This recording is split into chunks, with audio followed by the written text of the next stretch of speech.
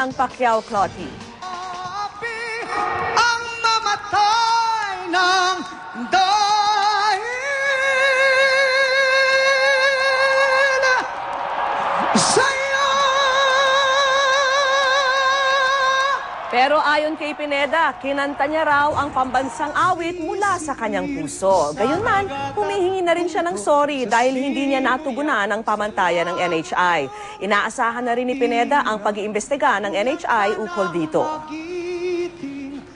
Ang sa akin gusto ko lang naman talagang ang ipakita rin kung ano ako as Filipino. Yun ang interpretation ko ng ng lupang inirang. But I'm sorry, I have offended them.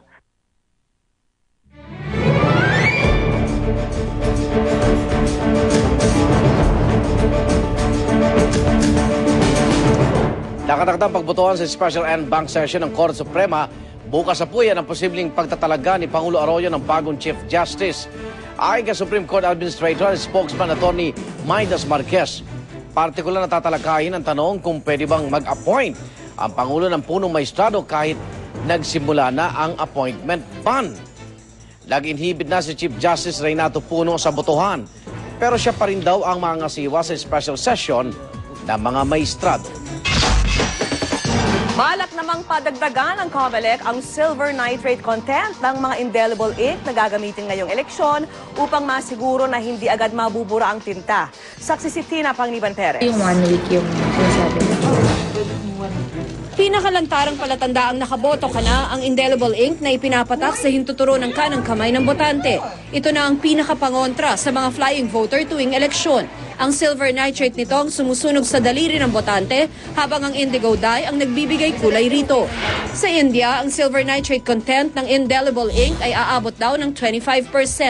Pero para sa ating eleksyon 2010, itinaas ng COMELEC ang silver nitrate content mula 5% patungong 7% para tiyaking hindi basta-basta mabubura ang tinta. Pero nang suriin, mukhang kulang pa rin. Yung unang testing po, hindi lumabas yung pagkaitim. It took some time. Kasi kung hindi lalabas ka agad after hours, baka bumoto uli yun. Dapat din daw tumagal ang mancha sa daliri ng botante. Ideally, it should last at least 2 to 3 days. 2 to 3 days. But the thing is, a lot of people have figured out, I guess, that if you get it wet with acetone right away, kuminsan madaling matanggal yung stain. Yung dye, madaling matanggal pala. Magsusuri pa ang COMELEC ng mga indelible ink pero balak na nitong dagdagan pa ang silver nitrate content. Kapakanan ng mga botante ang inisip ng COMELEC na maglabas ng resolusyon kanina na naglalaan ng express lane para sa mga senior citizen, may kapansanan at buntis na botante. This includes probably giving them a courtesy lane so they don't have to line up, and putting of the classrooms and the polling precincts at the first floor so they don't have to walk up the stairs. Ako si Tina Panganiban Perez, ang inyong saksi. Samantala, posibleng ma-disqualify sa presidential race sina Brother Eddie Villanueva at Senator Richard Gordon. Ayon kay COMELEC spokesman James Jimenez, yan ay kung magmamatigas ang dalawang kandidato at hindi tatanggalin ang kanilang oversized billboard.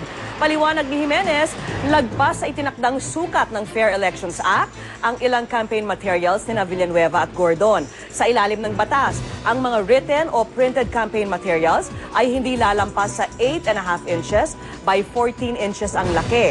Ang mga poster naman ay hindi dapat lumagpas sa sukat na 2 feet by 3 feet. Sagot naman ni Gordon, nakalagay sa pribadong ari-arian ang tinutukoy na billboard ng COMELEC. Kinwestiyon din niya ang utos ng COMELEC kung bakit siya lang ang binabalaan at hindi ang ibang kandidato.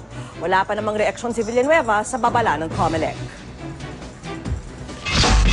Madaragdagan na naman ang mga maghahanap ng trabaho sa nakatagdang pagtatapos ng may kalahating milyong college students ngayong taon. Pero ayon sa Labor Department, hindi kakulangan ng trabaho ang dahilan ng unemployment sa Pilipinas. Kung ano, alamin sa report ng saksing si Ivan Mayrina. Halos kalahating milyong Pilipino ang gagraduate sa kolehiyo ngayong taon sa pagtaya ng Commission on Higher Education o CHED.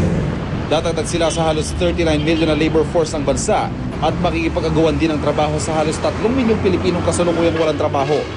Katunayan, batay pa sa pinakahuling labor force survey ng National Statistics Office o NSO, tumaas ang bahagya ang bilang ng mga walang trabaho nitong Enero kumpara sa pinakahuling labor force survey noong Oktubre. Pero giit ng Labor Department, hindi raw kakulangan ng trabaho ang dahilan ng unemployment sa Pilipinas, kundi ang di akmang kakayahan ng mga aplikante sa hinahanap ng mga employer. Isa sa tinitingnan yung pagre-review ng mga curriculum na nagmamatch ba itong pinag-aaralan ng mga estudyante dun sa aktual na pangangailangan ng mga industriya. Hindi sumaswak, maaring kaya nga meron tayong tinatawag ng mga half-baked ng mga graduates. Kasalukuyan ay sinasagawa ng DOLE ang proyektong Jobs Fit. Kinukonsulta ang iba't ibang mga sektor at industriya para matukoy ang mga employment generator o ang mga industriyang mas malamang ay makapagbigay ng trabaho. Nitong 2009, pasok sa top 5 ang agribusiness na sinundan ng cyber services, kabilang mga call center. Pangatlong, health, wellness and tourism, kabilang ang nursing at caregiving.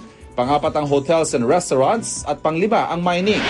Ang mga nasa likod ng online job search engine na jobsdb.com, tulad ng DOLE, ay naniniwalang hindi kulang ang trabaho sa bansa. Hindi lang daw swak ang kakayahan ng mga graduate sa mga trabahong may maraming opening. Pero paalala ng jobsdb.com, may mga opening man, sa huli ang pinakamagagaling pa rin ang pipiliin ng mga employer para sa trabaho. Pag hindi mo nabenta yung sarili mo ng maayos, hindi ka maaaring kunin ng isang kumpanya. Ako si Ivan Mayrina, ang inyong saksi. At sama-sama natin saksihan. Isa sa mga nanloob sa computer shop sa Mandaluyong na namukhaan sa CCTV footage, naaresto na. Silipin ang latest internet sensation mula kina Lady Gaga at Beyonce. At ang final sa isang dance contest sa Davao kung saan inihataw ang bilog na hugis itlog. Balitang hatid ng isang liga na katotohanan. Sama-sama nating pagiging saksi.